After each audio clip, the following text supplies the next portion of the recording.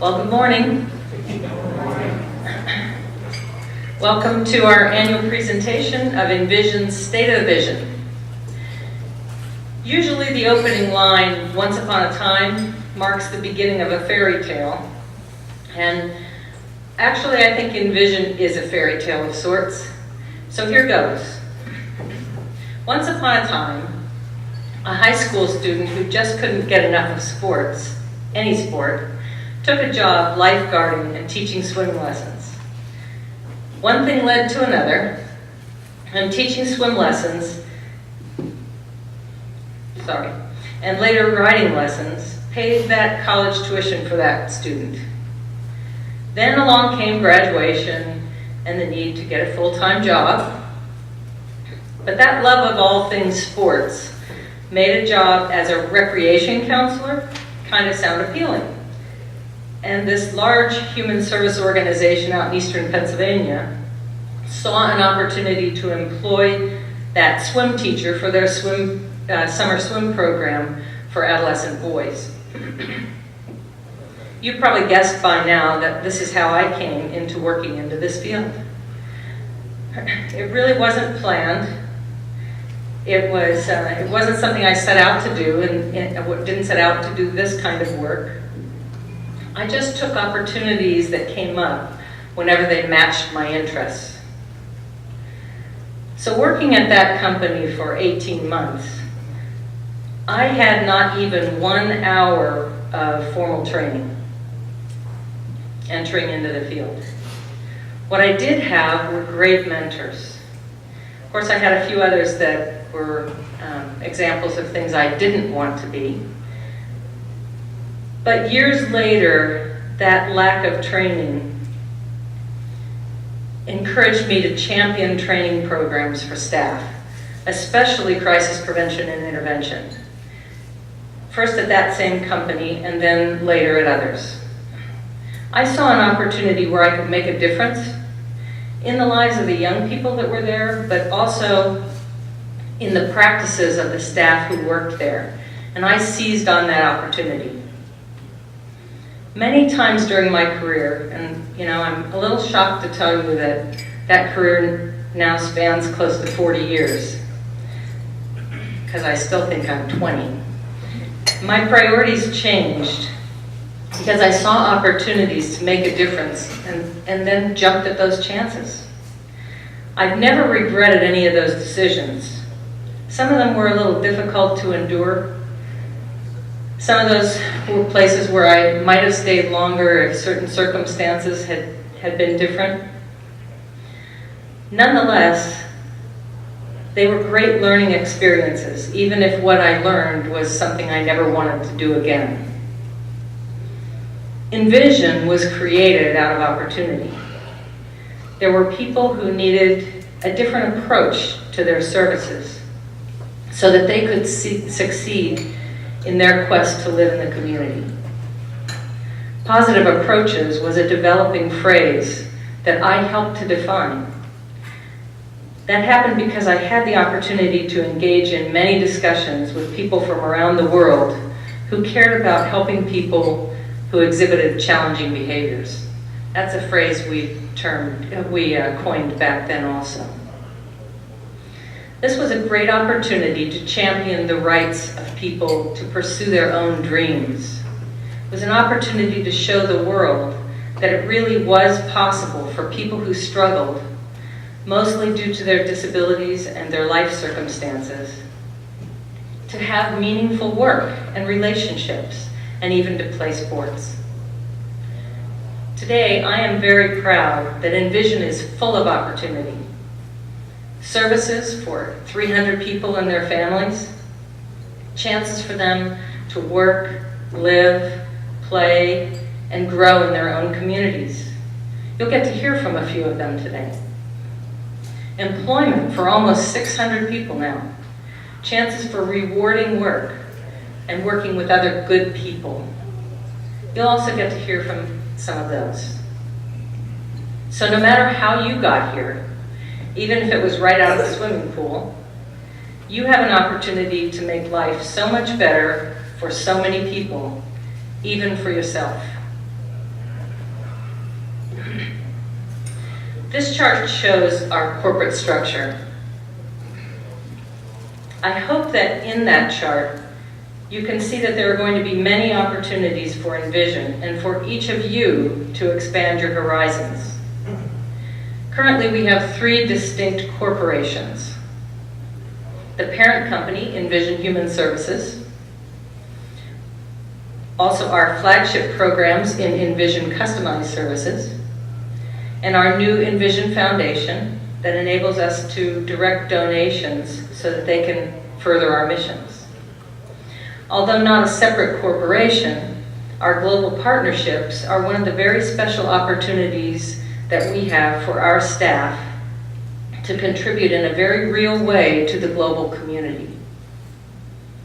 We are much bigger than ourselves.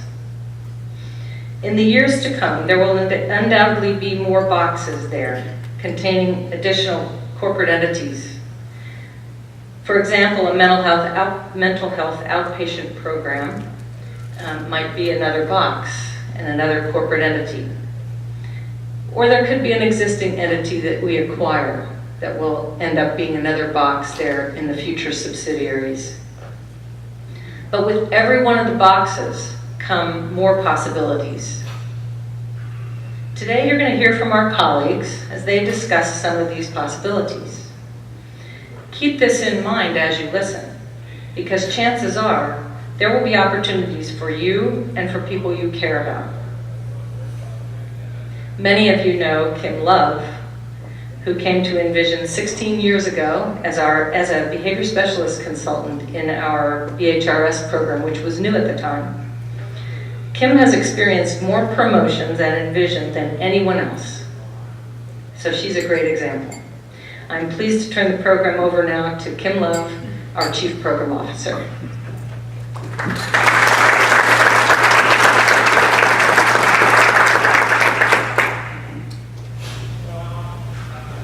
Thank you, Ruth. Thank all of you for joining us this morning. Typically, during this part of the presentation, I talk about how many people we supported last year, the growth within each program, and how many people we are projecting to support during this year. I talk about staff and the growth opportunities for you, how many people were promoted, and how many more people will have the opportunity for promotion this year. But this year, I decided to leave those facts, those statistics, all that data to my colleagues. This year, I just want to talk about and listen to you.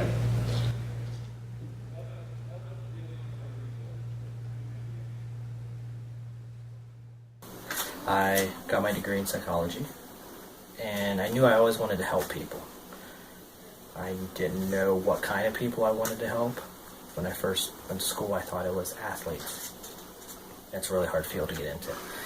So I didn't like my first job out of college, so found this one, and my brother told me I would only last 2 months because of the perceived difficulty of the job and also the block shift. I liked it almost immediately. It was tough. Definitely something I never thought about doing. But as I was able to teach the people I worked with, I started out with 3, Mike, Mark, and Gary, 3 guys. And I was able to teach them and I saw them learning different things. It became very gratifying, and I stopped looking for a job that would have a huge payday and started looking for something where I could be satisfied. And now that I work with Nick, I've seen him change over the last 10 years drastically. He's probably unrecognizable now. So that's probably the biggest reason why I'm working still for InVision, is that I see that change and I see the potential for even more change and growth. That was Robbie Blackburn, a 10-year member of our residential team at InVision. Robbie very aptly described how we fell into and then made the most of this opportunity. I would like to drive home a single point in my next few minutes with you. Lying within every person, every staff, every person we support, and every unit of service we provide, we are offering people opportunities. Opportunities to succeed, opportunities to belong, chances to grow, to fail, to feel, and to live. In everything we do, we offer people the opportunity to live a full life of their choosing. That thought is somewhat overwhelming, isn't it? It certainly is to me. To help me make this point, I'm going to use some of my own words, but more importantly, I'm going to use yours, your words and the words of the people that we support. So I'd like to thank Robbie, Omega, Harvey, Joe, Diane, Maureen, Sean, Missy, Kayla, and Brandon. All of them have provided me with some words I will use today as I make this point. There have been many questions about growth over the last few years. Honestly, it feels like it's almost become a dirty word around here. Why do we grow? Do we really need to grow? Does everyone understand how hard it is to grow? Is this growth really that important? My answer to the first question, why do we grow, is this. We grow for people. That's why we grow. We grow so more people have more opportunities. We grow for Jessica, Tom and Trevor, for Danielle and Natasha, all people recently admitted into our service. My answer to all those other questions is yes. Yes, it is necessary that we grow. Yes, we all know how hard it is to grow at this rate. And yes, this growth really is that important. I say this maybe not for the reasons you think. It's not for the mere sake of growing. It's not just for the challenge of doing something hard. Believe it or not, it's not even to make your lives more difficult. It's not just to get bigger, and it's not just to generate more revenue, but it is necessary nonetheless. In the words of Harvey Daniels, an 8-year veteran of InVision, it's so people don't have to feel left out. And as Joe Tomko, a 10-year veteran, says so people can feel they are living a life the way it should be lived. What are some fun things that you do with InVision?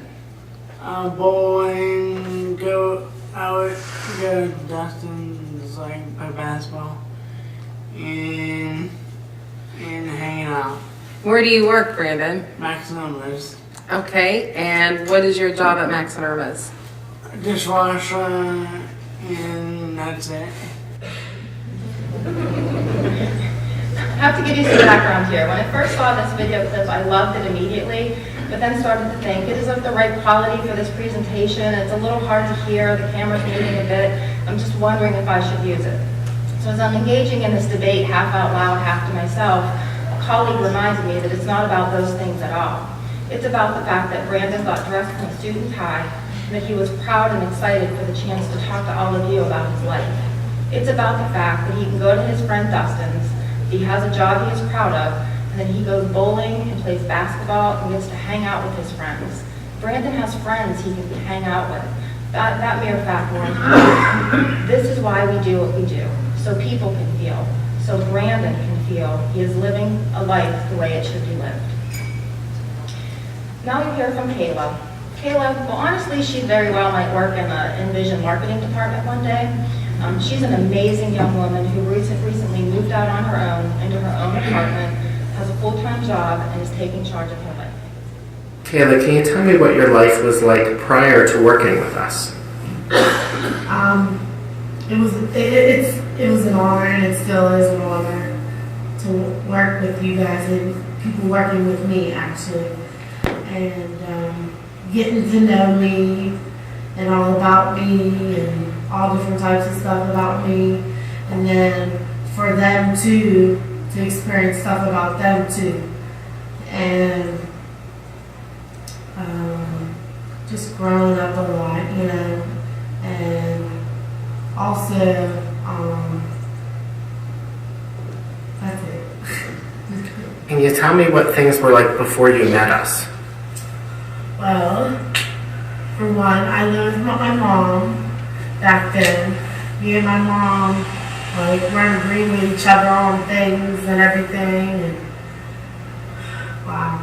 And now, since InVisions came in, me and my mom's been getting along because InVision's been helping me with coping skills and everything, and learning to accept things the way they are, you know, even if I don't like them and I don't like them. And then also them helping me through bad times, you know, like my anxiety for one. I'm diagnosed with anxiety and I have bad anxiety, but they make me feel better. That when they tell me I'm doing good, that makes me feel better. So, and it's just like I said, it's an honor that they help me, and I experience a lot of stuff. And people out there that are still trying to grow like me, just know InVision is a great service, and just take it one step at a time. And they're great people to work with, and they love us, and I love them too. There's not much more to say than that. Kayla is a perfect representation of the opportunities we help people recognize and capitalize on each and every day in the work that we do.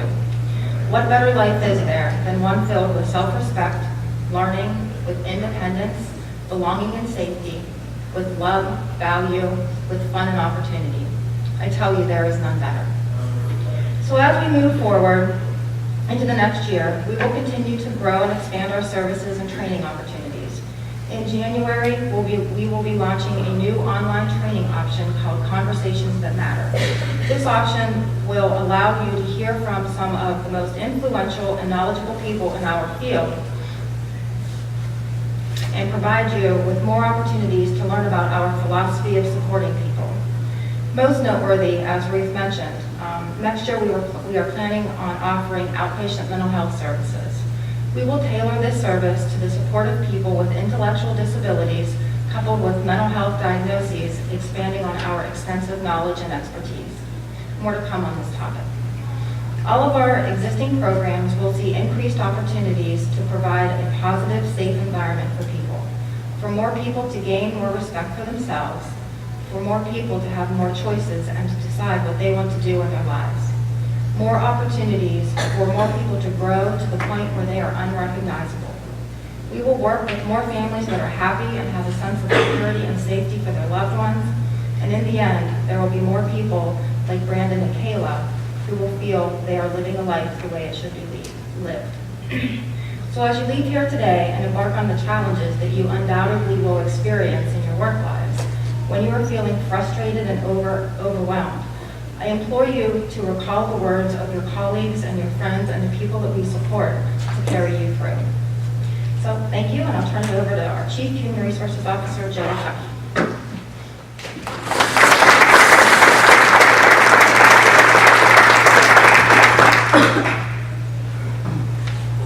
Thank you, Kim, and I would also like to thank you all for attending this morning.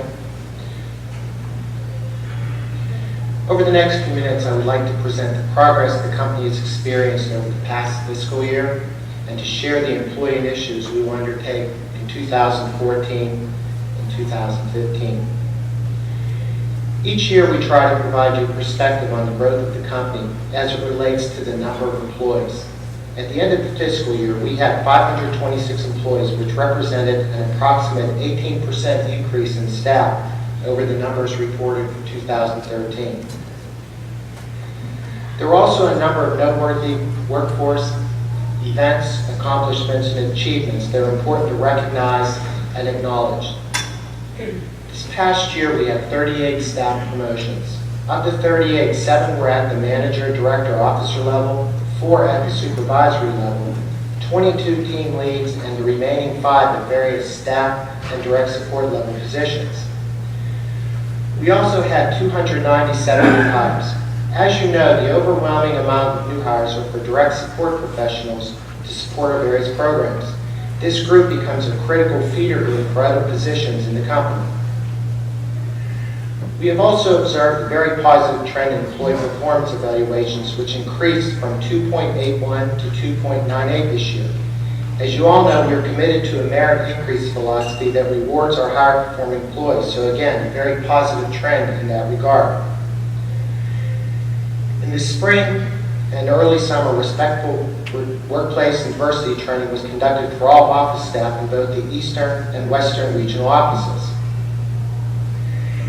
At a time when national turnover statistics continue to trend upward into a range of 35 to 40% for direct support and related positions, the company experienced a significant increase in its retention rate, placing our turnover statistics well below national averages. As most of you know, a new paid time off program was implemented in January 2014. The new program allows for employees with tenure of 5 years and over to accrue up to 23 days, and those with tenure of 10 years and over to accrue up to 30 days. And then lastly, the company added a voluntary life insurance program that provided the option for employees to supplement their current coverage with the company and to also add dependent coverage. We have undertaken and are in the process of implementing a number of employee-focused initiatives for this fiscal year. First and foremost, we are committed to the professional growth and development of our employees, and as a result, are in the process of implementing a number of training initiatives that will positively impact every level of employee in the company. In November, we will begin the process of updating and upgrading our succession and emergency backup training for the management team. In January, we will be transitioning to a new retirement plan provider. There will be 3 significant changes to the plan that will positively impact our employees. Number 1, the open architect structure will result in higher performance. In other words, higher returns for participating employees. Number 2, employees will be able to make in-service distributions at age 59 and a half as opposed to age 62 in the current plan.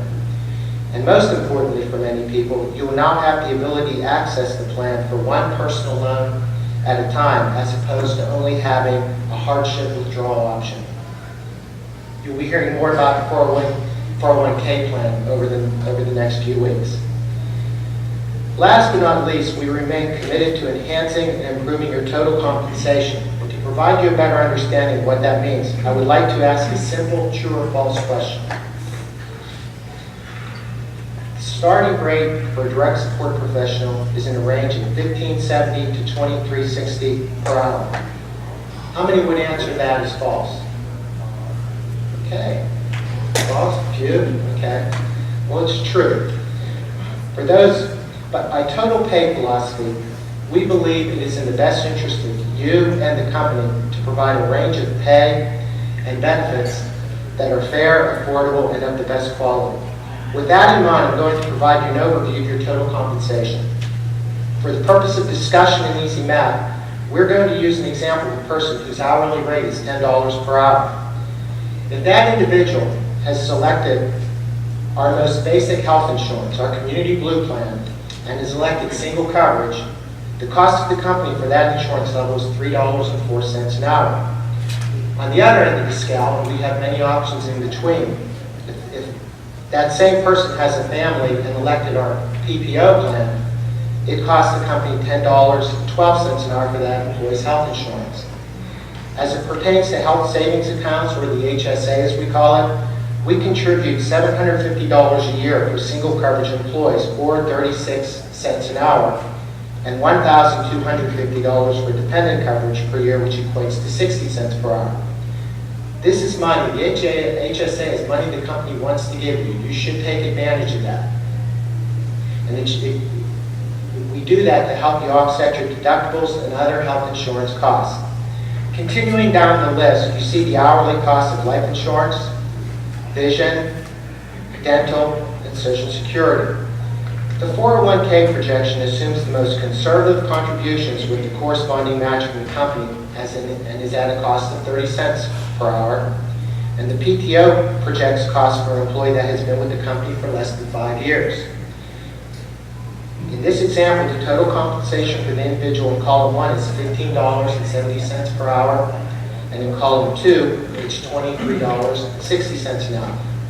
If you would like to calculate your total compensation, for those of you who selected benefit options more aligned with the first column, you can take your hourly rate and multiply it times 56%, or 1.56. For those whose selections are more aligned with the second column, you can arrive at your total compensation by multiplying your current hourly rate by 123%. And again, that is what the company is paying as a total compensation rate. So Lastly, I would like to provide you a quick overview of our strategic planning process, beginning with a very quick reference to key events thus far. You may recall from past presentations that our senior management team elected to have a planning process that afforded a voice to all employees of the company. To achieve that goal, all employees were invited to participate in a strategic planning survey, which was administered in May, June of this year. The results from those surveys were presented at a planning retreat in July that included all supervisory and management staff and was eventually summarized in this word cloud.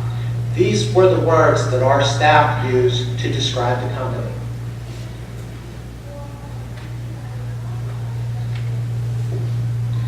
The survey results, we are in the process of planning, putting a plan in place to disseminate that to all staff, but those results will be utilized as we move towards the development of core values for IHS and ICS. In conclusion, I would like to provide you a quick status update on strategic planning. We are in the process of finalizing the core values for InVision Human Services and expect to complete the process by December, at which point they would be reviewed by the Board of Directors Strategic Planning Review Committee. ICS, InVision Customized Services Strategic Planning is expected to begin late spring, early summer of next year. And with that, thank you, and I would like to present Pat Messick, our Chief Financial Officer.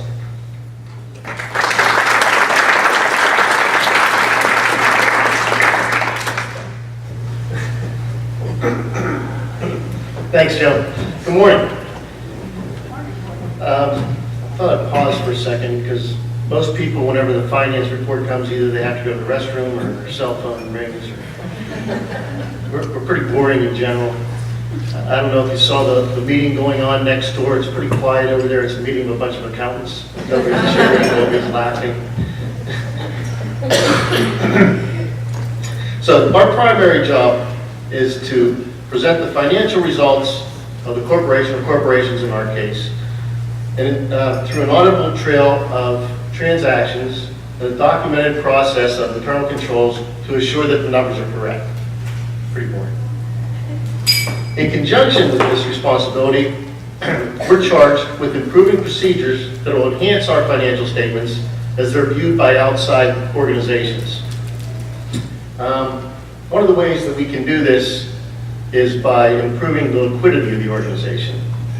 Now, liquidity, a business definition of liquidity, is a measure of the extent to which a person or organization has cash to meet immediate and short-term obligations or assets that can be quickly converted to do this. InVision has one asset that we can use to do this, and that's our accounts receivable. And that's money that people owe us for services that we have provided, mostly ODP, and convert that into cash. As an example, in our case, in January of 2013, our accounts receivables were $6 million. We had borrowed $4 million to pay our current debts. Nobody was looking upon us very favorably. At June of 2014, our accounts receivables are now $4 million, and our line of credit is down to $1 million. And at the same time that this was accomplished, our revenues were increasing at 20%.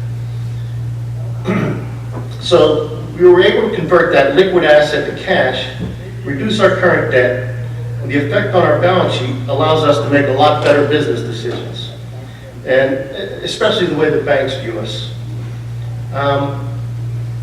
For example, the banks now are willing to lend us money to buy the building in the east recently. We ran out of space in the east. We looked at lease space, and the cost of that lease space was about $168,000 a year.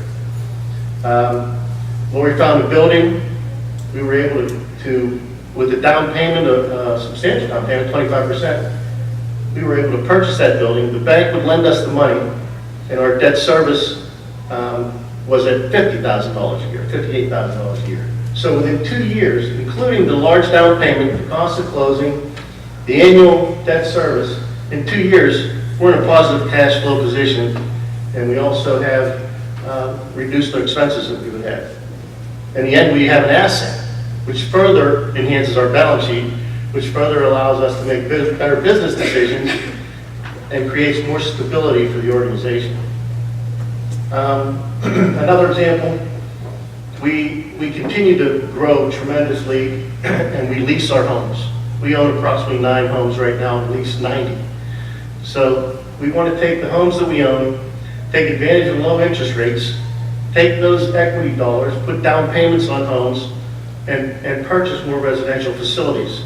That way we're still paying less than the leasing costs, increasing the assets in the corporation, and creating more stability and sustainability for the organization. Okay, that's accounting lesson 101. Accounting lesson 2 is next door, you gotta go over there. Enough of what I get excited about.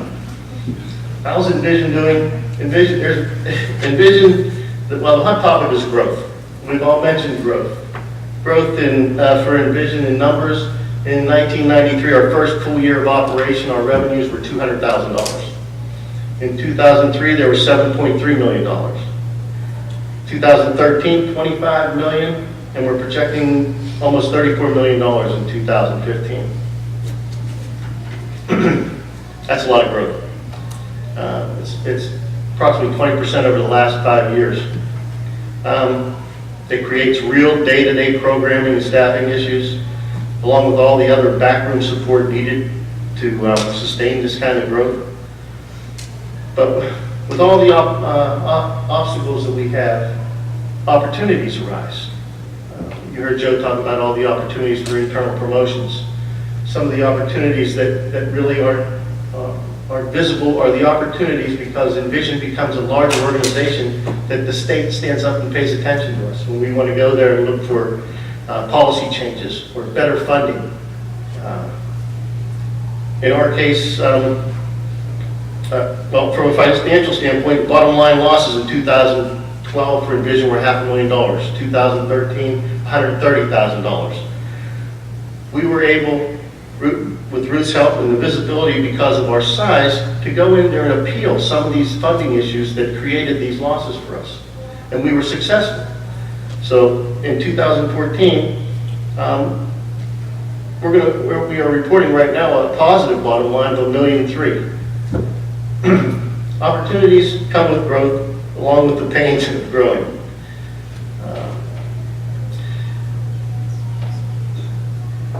CSS InVision.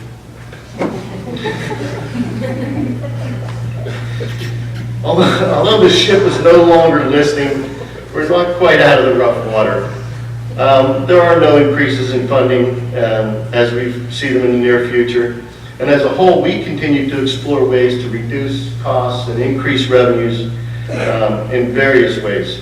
Our general financial goal is to break even from operations and produce a positive bottom line from miscellaneous income and donations. Thank you for your attention and continue the good work.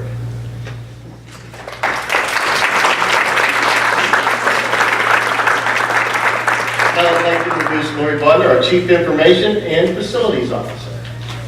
Thanks, Pat. It's hard to top those colorful graphics. But I'm going to try by starting with a picture of the new Eastern office.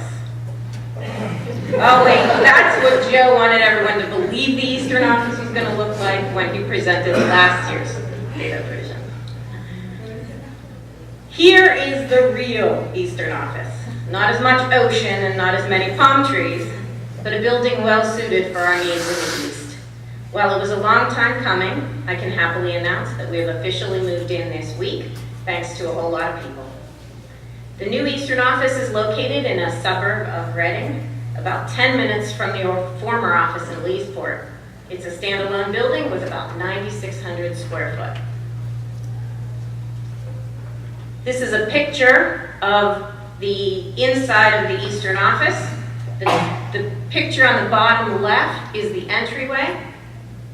Through the door on its left are 8 offices and 23 cubicles for staff. John Edlin is sitting there in his cubicle in the top. Through the door on the right is a large training room, a conference room, an interview room, and a kitchen. You can see the picture of the training room right there. I'm thrilled that we've been able to purchase a building that is so well suited for our needs, and I hope the staff who calls it home and those of you who go to visit will agree that it was worth the wait.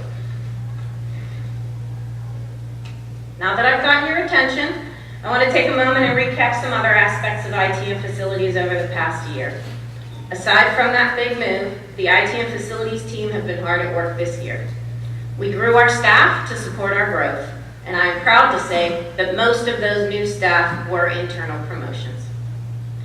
This team worked with all of you on so many things. With new admissions comes the assessment and preparation of new homes, and an increase in the care of those homes. We prepared 22 homes for licensing and occupancy in the last 16 months. Our IT staff completed the upgrade of all but a few Windows XP Office computers and deployed many new ones for a total of 81 deployments to staff and residential homes. IT also added double the storage capacity for our servers, so now you can save all those emails.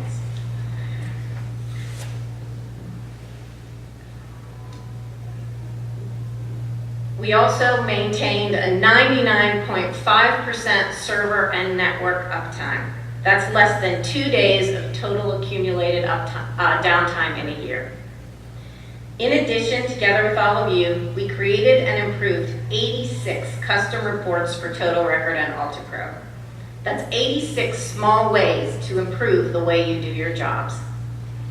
I couldn't possibly end this slide without mentioning the 508 password resets. And that's not counting anyone who called in to get their passwords reset. Now, I added 3 to that number because, shh, and don't tell anyone, but I also sometimes forget my password.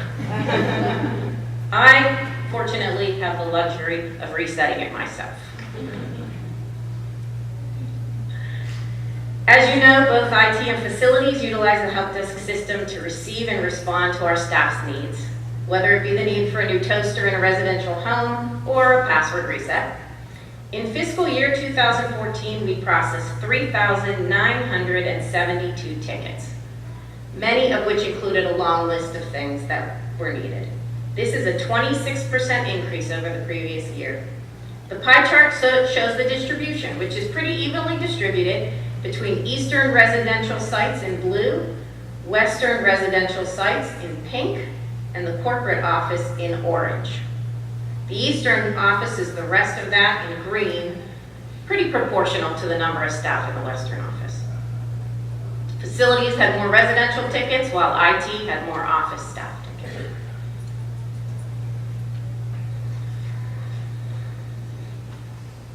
We have accomplished a lot over the last year, but there's more to come.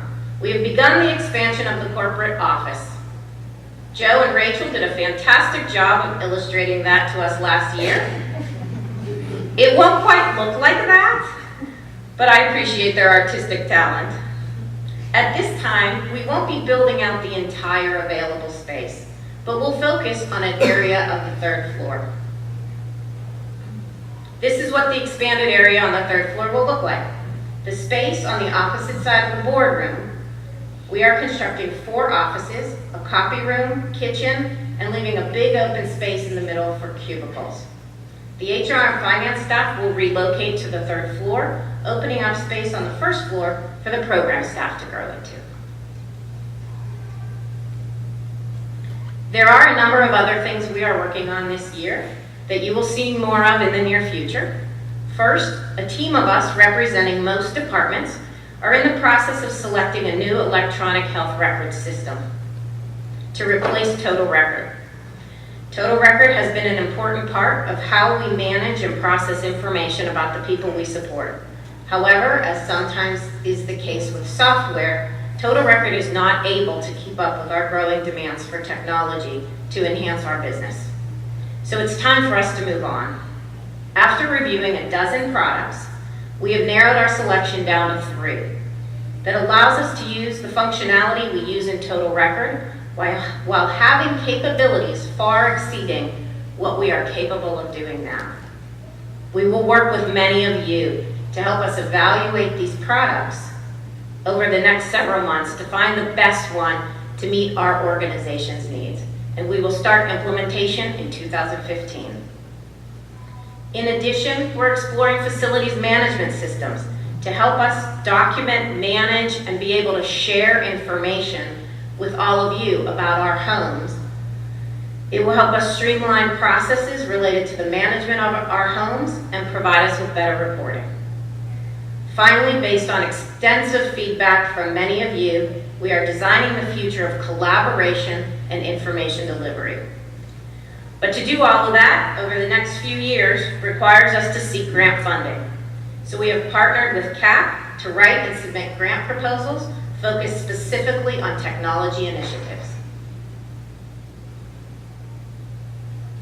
We can't do any of this without you. We have heard from many of you over the last year and will continue to seek guidance from you on the challenges you face that can be solved by technology. We will continue to investigate and implement new technologies to improve processes to be more effective and more efficient. And we will help you answer business questions by providing reporting and analysis tools that help you make better decisions. Implementation will take time, but now is our time to work together to improve the way we do things for the better. At this time, I'd like to introduce Margie Foster, Director of CAP, Center of Advancement and Partnership.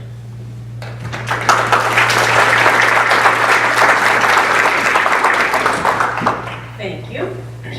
And I'm glad you said what CAP was, because I'm guessing there were a few people out there who wondered what that meant when you said CAP. So thank you, Lori. One of the many things that everyone at InVision is gifted with is the ability to seize opportunities when they become available. And virtually everything we do in the Center for Advancement and Partnerships has to do with opportunity, because the three areas that CAP is responsible for are, whoops, going back, are learning how to use this. Technology is this to me is technology, sorry. The three areas that CAP is responsible for are community awareness. So we seek ways to communicate everything that InVision does to address the needs of the individuals that you support. We address those to the provider community and to the general public and other niche communities as available. We are responsible for development and fundraising.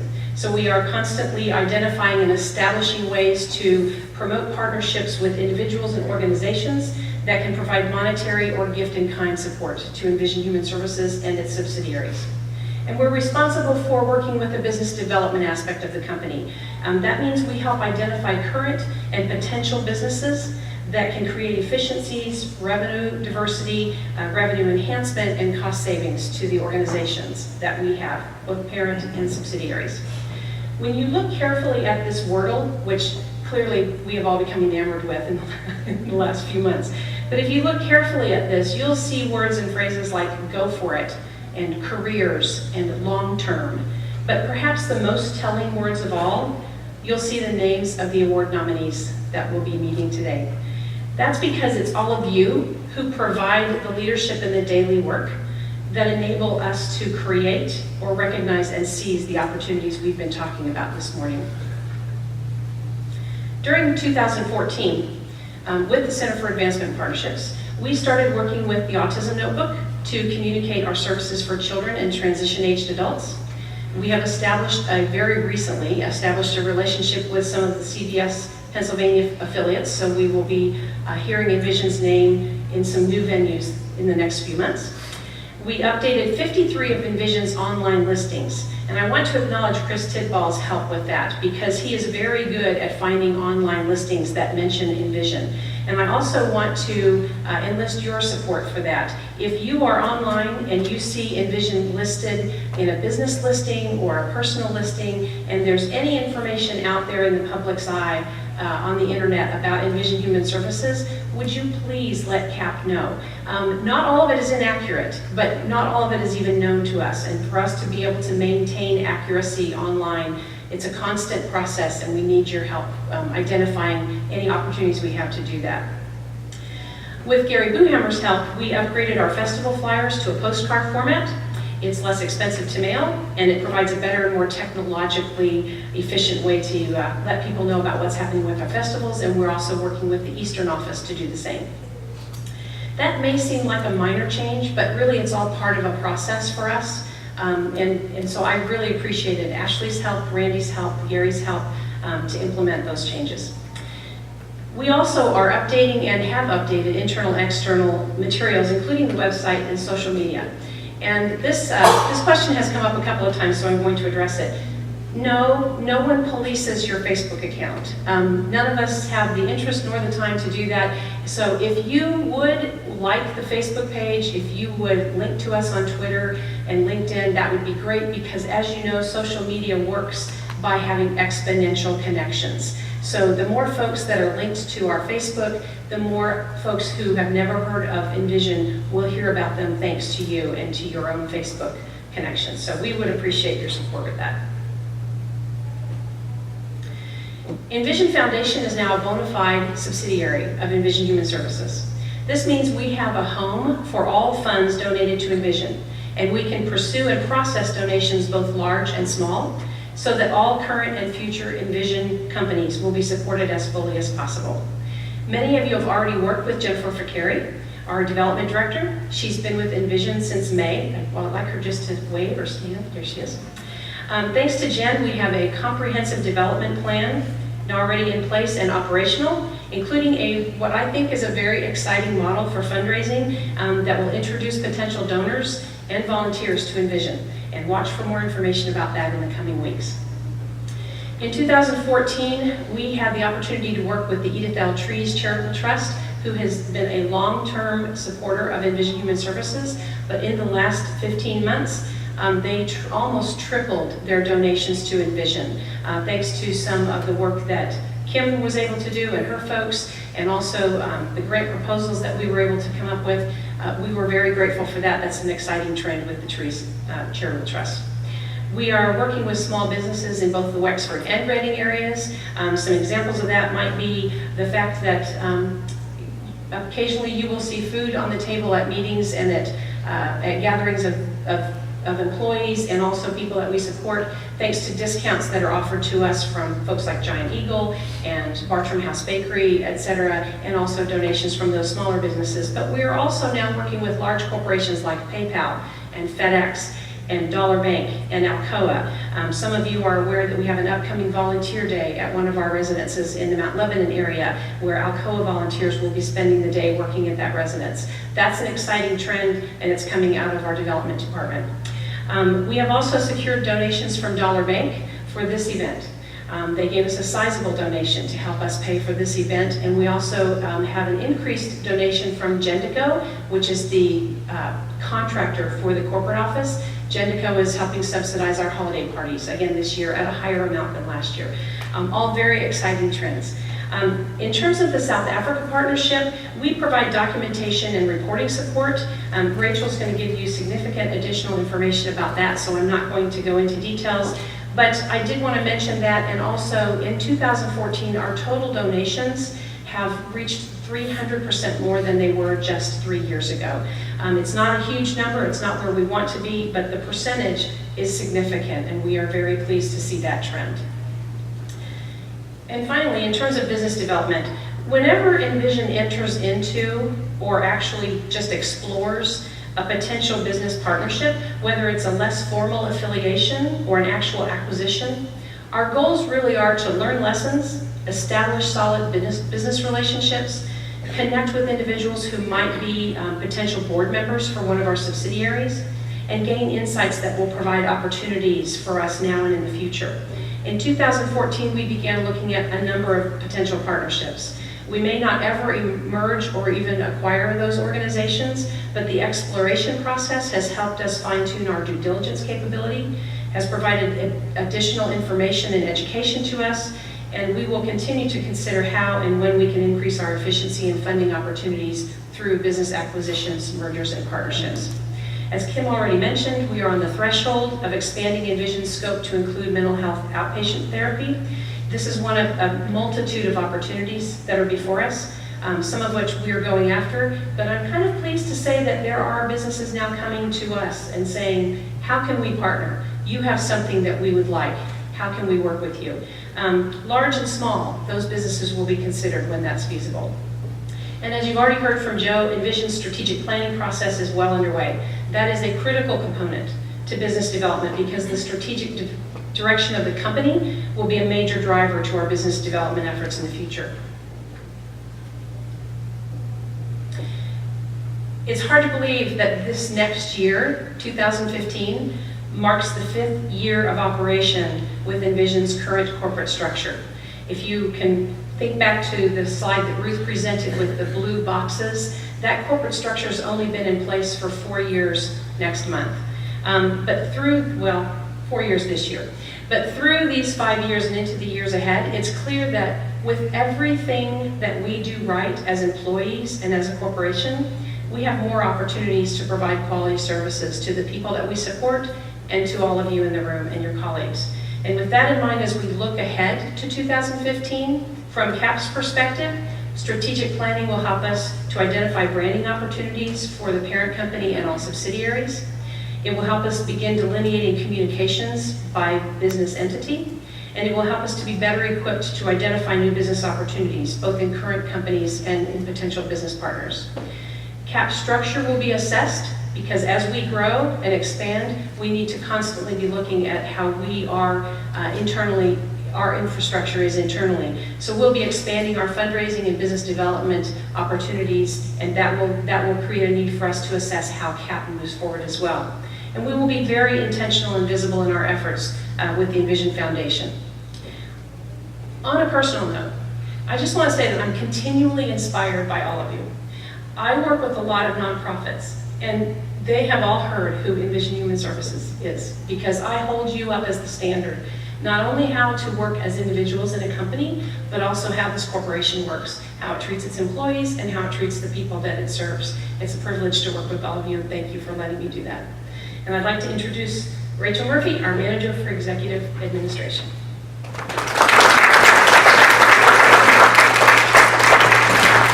Good morning. In January of 2014, Ruth and I had the opportunity to meet with our partnerships in South Africa to explore opportunities to continue supporting children and to continue our relationship with our partnerships.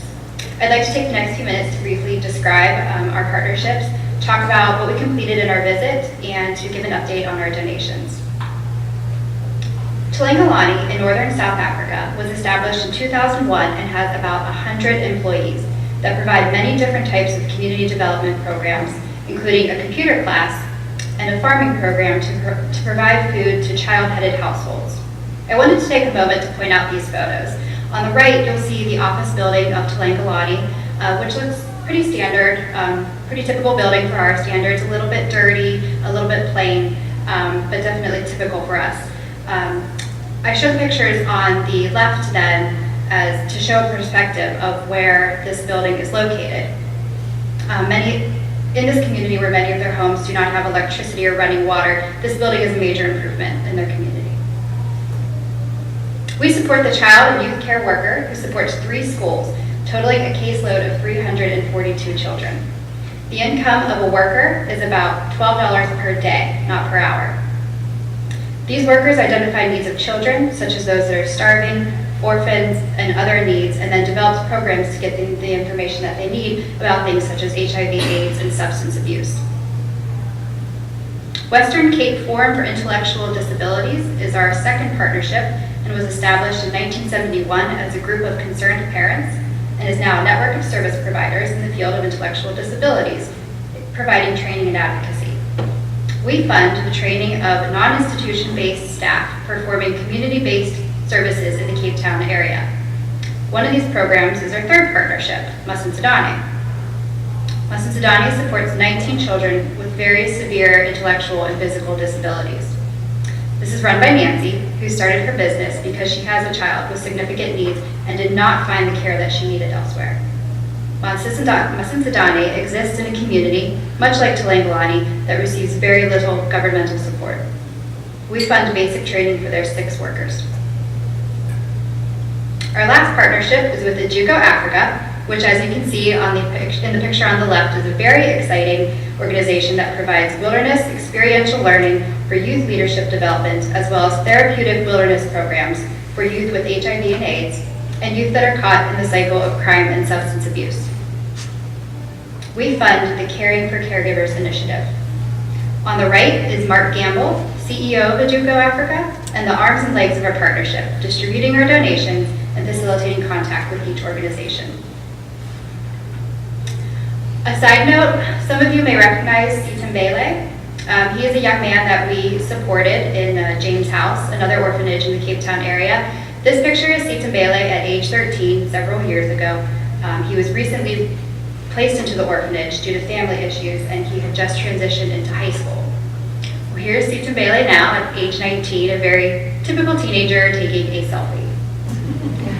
Mark Gamble maintains contact with Sitambele, and he was able to send us this update. Mark from Aduco joined us in January of 2014 as Ruth and I visited with our partners. We started in Johannesburg, which is near the capital of South Africa, where we met with Chance Orphanage, which might have opportunities for a future partnership as well. And then we traveled to northern South Africa, to Limpopo, where we met with Talangalani, and then south to Cape Town, as we visited Masinsadane, Western Cape Forum for Intellectual Disability, and Aduco Africa. With each partnership, we developed memoranda of understanding that outline the requirements and the responsibilities of InVision and our partnerships. 85% of funds donated to the South Africa partnership come from employee payroll deductions. That's a really incredible number. This isn't common for workplaces, for a partnership of this size to be predominantly supported by its employees, and that's something to be really proud of. The remaining 15% of our donations come from external fundraising, and every penny of the donations goes to the South African partnerships. As you can see, our donations continue to increase, and at present we're able to donate $650 a month to our partnerships. Twice a year, we send a wire transfer of the funds to Aduco Africa, who confirms receipt of the funds and then distributes them to each of our partners as committed. Then each individual organization confirms receipt of funds individually. $650 a month impacts nearly 500 children in South Africa. On a personal note, it has been inspiring to learn that even halfway across the world, we're united in our call to support some of the most vulnerable people in society to achieve their vision of a fulfilling life. We have a tremendous amount to learn from one another, and this partnership has provided us the opportunity to do just that. And now I will welcome Ruth back to the podium for our closing.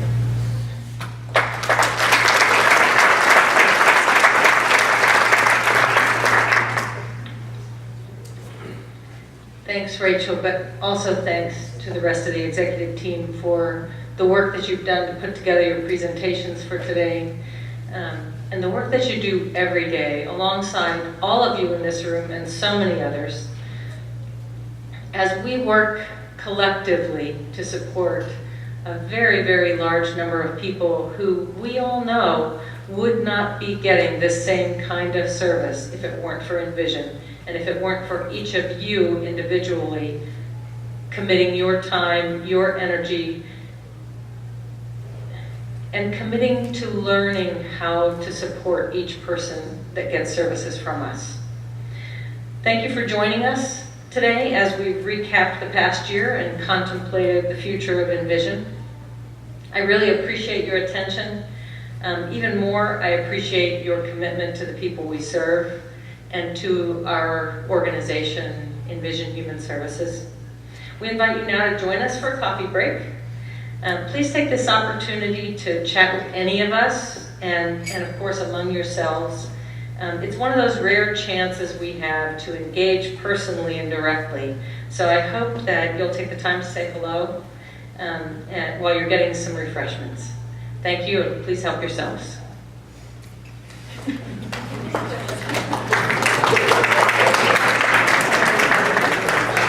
This is the part of the day when, instead of listening to us talk about what's been going on, we really take the time to celebrate who all of you are and who has brought so much to the table at InVision. This is a time to focus on a few who represent the many. It is a shame that we can't give awards to every single person who contributes so much to this organization and to the people that we support. But it is also good for us to be able to celebrate those of you who have been nominated by your peers as the most outstanding of the outstanding. I really consider our employees to be the best of the best. Most of you who came here worked somewhere else before you came here. You've proven to be the best from those other organizations and now have joined the ranks of the best here at InVision. Those of you who were nominated for awards were nominated because your colleagues felt that you stood out amongst all of them. So we're here to celebrate you all. We're here to celebrate those of you who have been nominated for leadership awards and those of you who have hung in there and stuck around for the very many years of challenges that you've faced working in our organization and with folks who started out, at least, not to be easy to deal with. Bernie had to laugh at that. This is a little bit of an understatement.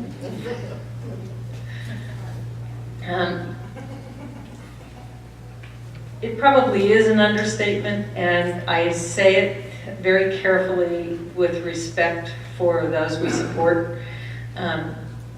But we all know that this is very difficult work. And those of you who have worked in direct service for many years understand that and are reminded of that far more often and in more significant ways than any of the rest of us are on a day-to-day basis. During our strategic planning session, some of you heard us talk about opportunities for advancement within InVision. I'm pleased to introduce to you today a few of the people who have been promoted from within the ranks of InVision.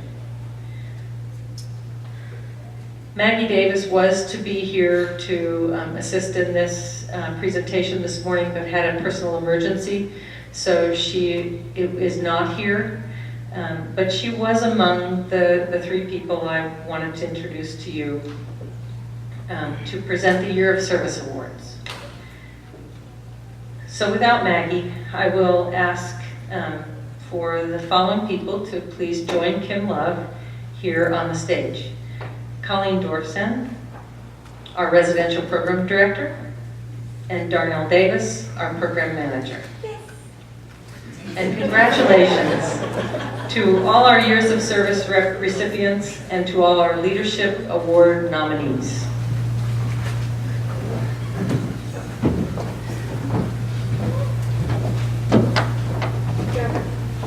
Good morning, everyone. I actually have the pleasure of being able to announce the 10-year service employees. And take a moment just to open your program. Inside is a little bit a blurb on each one of these individuals. They've been so important to our company. And feel free to stand also as I call your name. First person is Robbie Blackburn.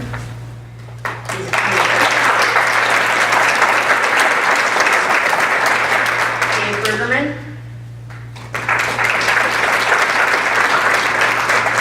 Nancy Cater.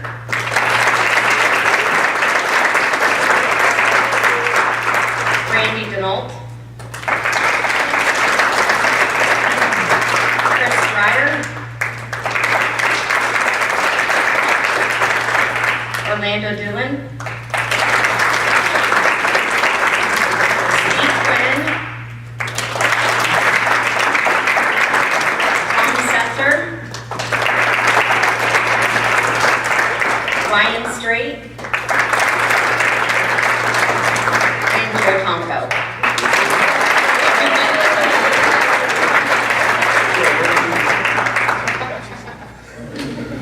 I'm going to turn it over to Darnell.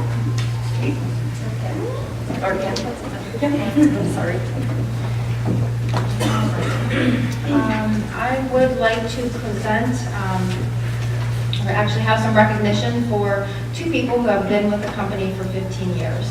The first person is Randy Dix. Unfortunately, he is presenting at a Mark Gold and Associates conference in Mississippi and couldn't be here today. Randy has been steadfastly reliable throughout his 15-year tenure with the company. He serves the company regardless of what is asked of him, no matter how daunting the request, and does so giving 100% of himself and his skills. He is the model of positive approaches and is an excellent ambassador for the company. Throughout the years, he has been part of stabilizing, building, and revitalizing many programs. It truly has been an honor to work with Randy, and I thank him for his 15 years of service. So please welcome.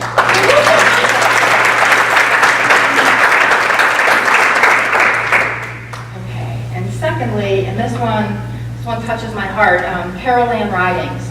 I actually had the honor of hiring Carol Ann at like a Denny's in, I don't know, Monongahela 15 years ago. And she really truly embodies the mission of the company. She's a kind, warm, caring person who gives all of herself. She's a strong advocate for those she supports and challenges them to do their very best they can on any given day. She's been a constant, calming, and supportive presence in her 15 years supporting Denny, and it has been a pleasure seeing how much both of them have been touched by knowing each other. Thank you, Carol Ann, for your years of service.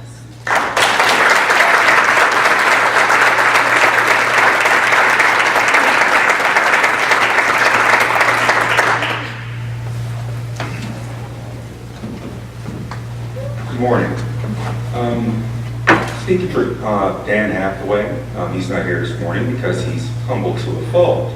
But in a phrase, Dan Hathaway may well be described as a man who's above and beyond committed to his work. How does one define commitment? Commitment may be measured in time. Dan entered his employment with InVision Human Services 15 years ago in our Signals program, and he continues to be a stabilizing force with the person who supports the Signals program today. Anyone who has had involvement with the Signals program will know that the work that is done isn't always easy and carries a great many challenges. Working with anyone from Signals, even for a short period of time, can prove to be a daunting task. Yet Dan has hung in there with the person he supports for many years. As such, Dan has a long history with Bob, the primary person he supports, which enabled him to understand what is truly important to Bob. Over this course of time, Dan has built a legitimate relationship with Bob, one that is rooted in trust. There is a clear sense of safety that Bob communicates when speaking of Dan when the two are together in the community. Comfort. The person supported will often joke around with Dan with no fear of offending. Understanding. When communicating verbally, sometimes Bob will speak in a disjointed manner. Dan will fill in the blanks, whether it be for understanding a sentence or if something from the past presented itself that hasn't come up for years.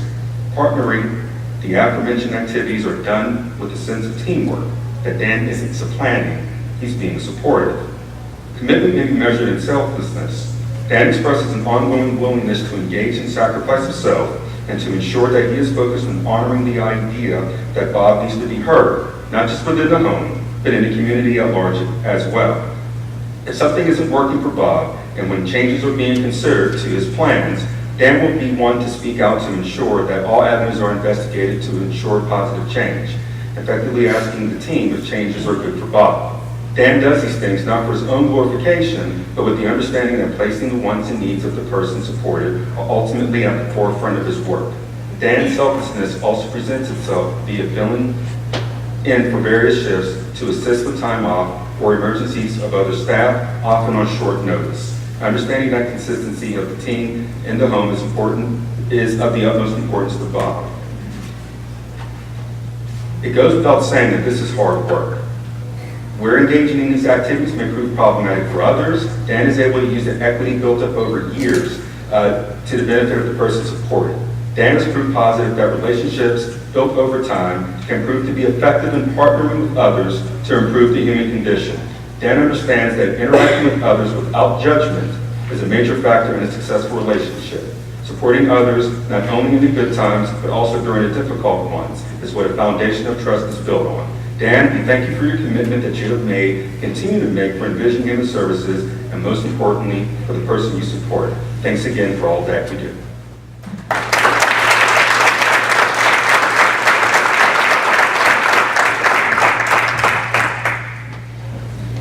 The next person we're giving a 20-year service award to, Johnny, thank you. You can come up here if you want. I'm going to share Maggie's words this morning that she gave me right before she left, but she said, "When I came to InVision, I was drawn by the mission and values of the agency. What struck me early on was the direct care staff overall truly believed in what the agency did and were so steadfastly dedicated to the work of the individuals to help them not only achieve their goals, but more importantly, to live their lives. However, what struck me most was that staff member had been with InVision the longest was such a symbol for the quality of support focused on by all. As our longest tenured employee, Johnny Lawson epitomizes the qualities that we strive to implement each day in our work. One of the most warm and generous people I have had the pleasure to know, Johnny understands that each individual she supports is unique and capable and empowers them to make choices. Whether helping Betsy decide what outfit she wants to wear on a day or guiding Heather through the complicated process of deciding how she wants to spend her recently earned $10, Johnny treats these decisions as important because she knows they are important. To the individuals she supports every day, the day-to-day choices we so often take for granted have not always been available to those we support. Johnny gets that and ensures that every decision, no matter how small, is left in the hands of the individuals. Johnny's dedication to the individuals and InVision are without question. Johnny takes on the challenges of our position with enthusiasm, whether those challenges involve a new, unfamiliar outing for a person she's supporting or a new computer program we're asking Johnny to learn. Personally, I think company mileage may be what gave Johnny her greatest pause in the last 20 years. But with most things, Johnny did take on that challenge, and I would be comfortable with her training any of our new staff on that program. I could stand here and speak to an incredibly long list of attributes that make Johnny such a stellar example of what InVision represents: her warmth and empathy, her relentless dedication to the individuals she supports, her ability to instill the passion she feels with her work with others. But I don't believe I need to. We all know Johnny. We're all honored and proud to work with Johnny. It is with the greatest pleasure that I present Johnny Lawson with the 20-year service award.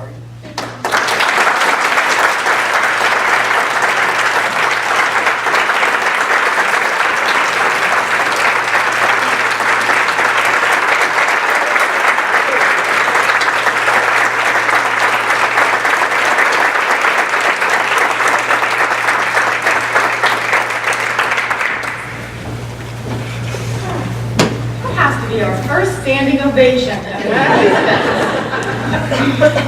I'd like to congratulate all of our years of service recipients, as well as all of our staff who work so hard each and every day. At this time, we're going to present our leadership awards. I'm pleased to present this year's Dr. Carolyn Hoffman Leadership Award. This award is presented to the employee that demonstrates leadership by working collaboratively toward resolution of problems, accepting accountability, and exhibiting InVision's values of positive approaches. This year's nominees are Jason Help. You can stand if you would like.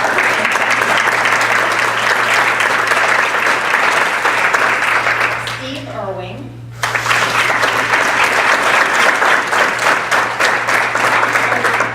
Omega Rosier.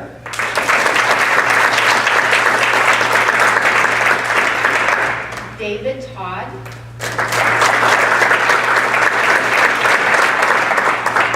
Cindy McGarvey.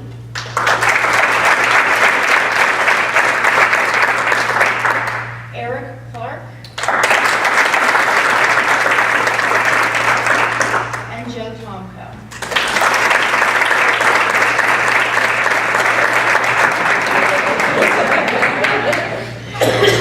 And I have to say, these are always ridiculously hard to make, these decisions, but this year in this category was tremendously difficult. Every name that I read is the epitome of this company, and really represents everything that we hold to be dear and true to us. So again, this was a very difficult one, but please join me in congratulating Eric Clark as this year's recipient.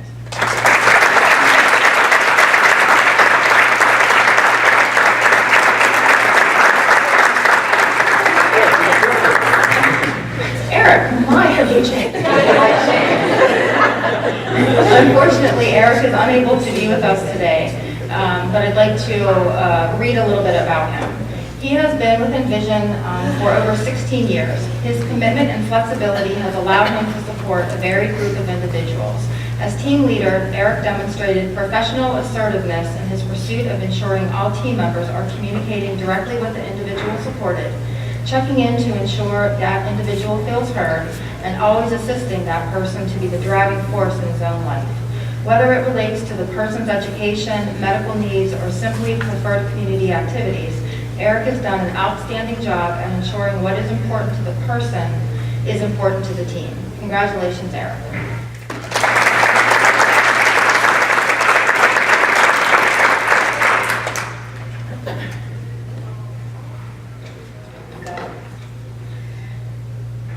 I'd like to present the John Fabb Rookie of the Year Leadership Award. For those of you who don't know John Fabb, he is one of our board members and has been a board member for us for a long time. He is a real true supporter of InVision and what we do. The John Fabb Rookie of the Year Leadership Award is presented to an employee within their first year with the company that demonstrates the values and practices associated with InVision's positive approaches philosophy. The nominees are Madeline Petronic,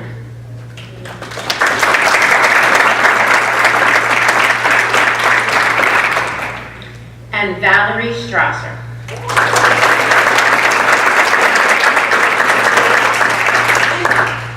And the recipient is Valerie Strasser.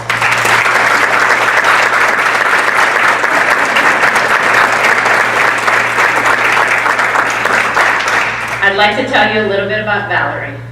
Come on up. Valerie approaches each situation with fresh eyes as it is presented to her. She is calm and takes time to understand what works for each individual she supports. She understands that based on the person, she needs to adjust her approach to ensure success. In only 6 months, Valerie has experienced accomplishments that we would expect from staff members who have long established tenure. Valerie is professional in all interactions with individuals, family members, supports coordinators, and business owners. Additionally, in her short tenure, Valerie has served on a panel of experts for an employer outreach event sponsored by OVR. She has built a strong reputation as being a person who gets the job done. Congratulations, Valerie.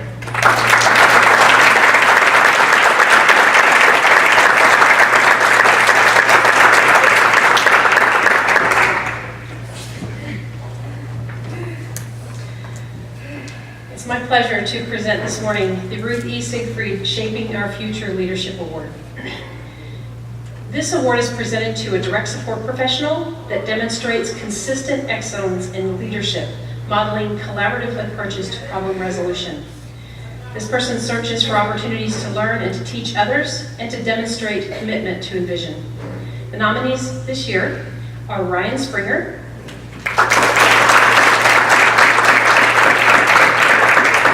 Romanza Al-Khatami, Don Phillips, Dave Creaky, Craig Sickle, Jonathan Brander, and Robbie Blackburn. And the recipient is Dave Creaky.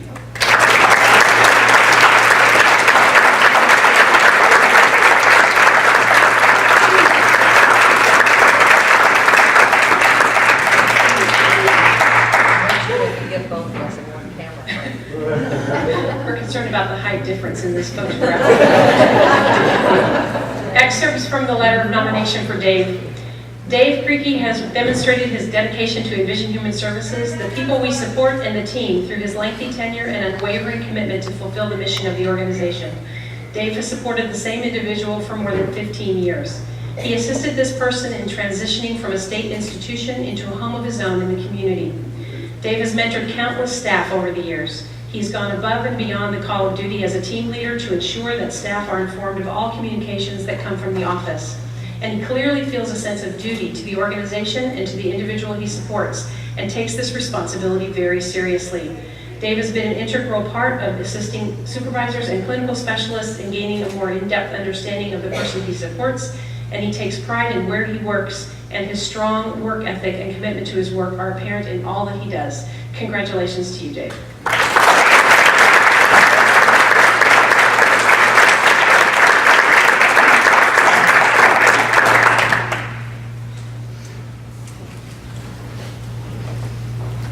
I am honored to present the Pursuit of Excellent Leadership Award. This award is presented annually to a supervisor, behavioral specialist, or clinical specialist that consistently seeks to expand professional abilities, demonstrates effective judgment, and accepts accountability, suggests methods and procedures to improve operations, and generate positive results for the department and for InVision. Our nominees this year are Robert Sumter,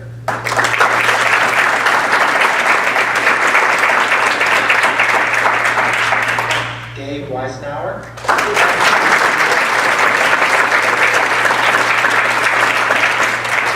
and Adrian Lee.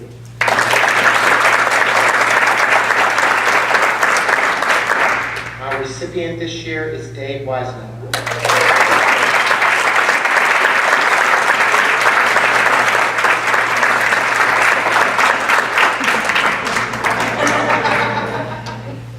I'd like to read the letter. Dave was nominated for his tremendous work ethic, quality of work, and leadership that is recognized not only by the organization, but also by family members and supports coordination units. Dave's dedication, determination, drive, and knowledge are unsurpassed. It is these skills and his approach that have assisted the community supports program in gaining and maintaining stability. He also has the ability to impact change and the use of best practices through providing quality training to his staff.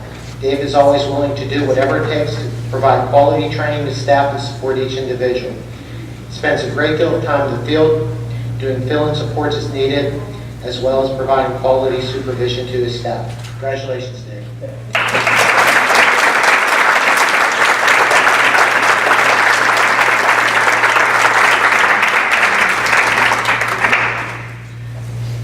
Congratulations again to our service recipients, award nominees, and winners. And thank you again for attending this morning's event. That concludes this year's State of the InVision program. We look forward to seeing you here again for years to come. Please drive carefully, and thank you again.